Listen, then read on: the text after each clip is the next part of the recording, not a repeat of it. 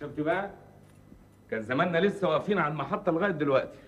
لو وقفنا 3 ساعات أحسن ما ندفع آخر قرش معانا في حق التاكسي. طمني يا روح، جيب السبع ما يخلاش. أنهي سبع بقى؟ ملك الغابة ولا اللي محبوس جوه قفص في جنينة الحيوانات؟ أنا معاكي إن اللي جوه القفص ما بيقدرش يمارس حريته، لكن برضه ليه هبته.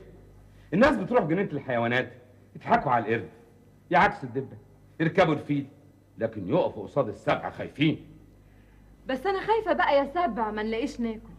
التلاجة فاضية والحلة المغسولة وبتلمع. ولا يهمك، اختاري أحسن مطعم هتلاقي ترابيزة محجوزة لك فيه.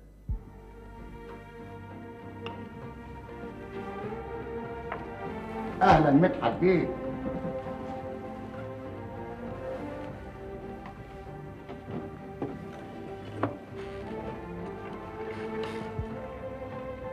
ثانية واحدة اجيب لك المنيو. تسمح تقولي انت بتيجي المطعم ده ازاي وامتى ومنين وبكام ومع مين؟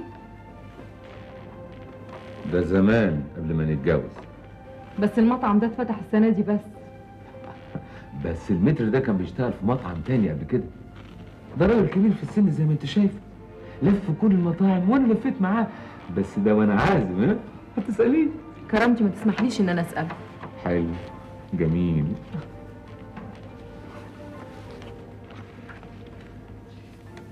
الظاهر ان الهانم محتارة تطلب ايه. البكاتة عندنا ممتازة، حتى اسألي مدحت بيه.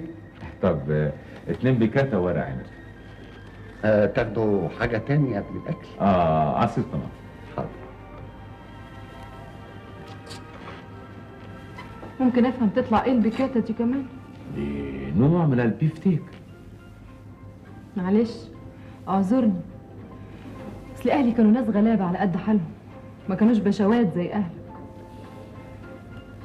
يوم ما كنا ناكل كباب وكفتة تبقى حادثة.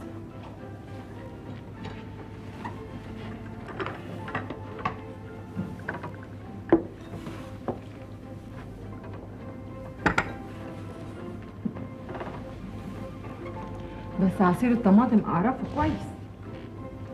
صحيح ما كناش بنشربه عصير، كنا بنحطه على التقلية. ايه بس الزوم الكلام ده يا سميح؟ انا عمري جبت سيرة اهلي؟ ما بتجيبش سيرته، لكن لسه فيك النعرة الكدابة بتاعته. يوم ما يبقى معاك فلوس تاكل بكات. لكن انا نفسي اعرف انت جبت الفلوس دي منين؟ امبارح رحت لعمي خدت منه قرشين.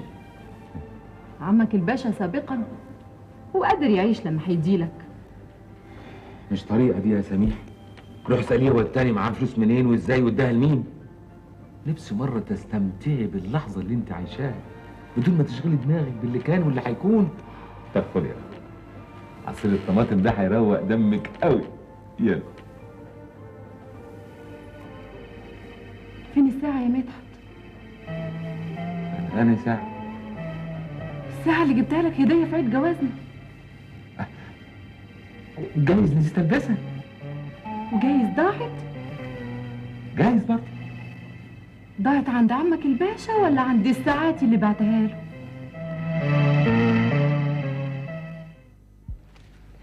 كل واحد اسمه في الكشف يطلع بالحلاوه. طب ما انت كمان اسمك في الكشف. بس انا الخير جه على ايدي، حكيم انا وش سعد من يومي. انتوا مش ملاحظين حاجه؟ يسري اسمه مش في الكشف. اسمي الاستاذ يسري. طبعا اسمي مش موجود في الكشف معاكم لاني اخدت مكافأة تشجيعية خاصة.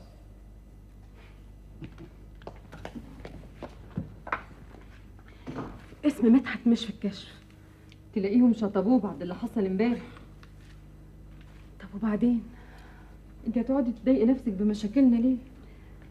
هو مدحت ما قالكيش انه مستلف فلوس من حد؟ لا ما قاليش. مستلف من مين؟ خلاص بقى ارجوك اتكلمي، لازم اعرف استلف امتى ومن مين. كان مستلفهم مني من 3 اشهر تقريبا. كام؟ 30 جنيه. طب لحظة واحدة. هلو، أنا جيت. يا باي، مالك مبوزه في وشك كانك مراتي؟ شربات، سمعت دي يا استاذ يسري؟ مالك يا استاذ يسري؟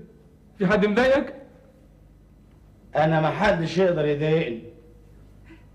معقول يتضايق وهو واخد مكافأة تشجيعية خاصة؟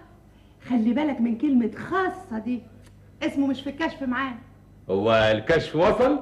حلو، جميل. بس يا جميل، اسمك مش موجود في الكشف. يعني اسمي واسمك مش في الكشف، برضه حلو، جميل. لا يا حبيبي، اسمك اتشطب من الكشف، لقوك ما تستحقش المكافأة. وده مش حلو. طب واسم سميحة؟ طبعا موجود. جميل. مبروك يا سامس. دولت، لو سمحت دقيقة واحدة. اتفضلي 20 جنيه اهم والباقي اول الشهر. ايه ده يا سميحة؟ انت هتديني المكافأة بتاعتك كلها؟ ارجوكي بلاش حد ياخد باله. 2 ستات بيتوشوشوا يعني مؤامرة، بس اوعى تكون المؤامرة دي عليا. مظبوط، اهو انا بقى كنت بعمل مؤامرة عليك، مش كده يا دولت؟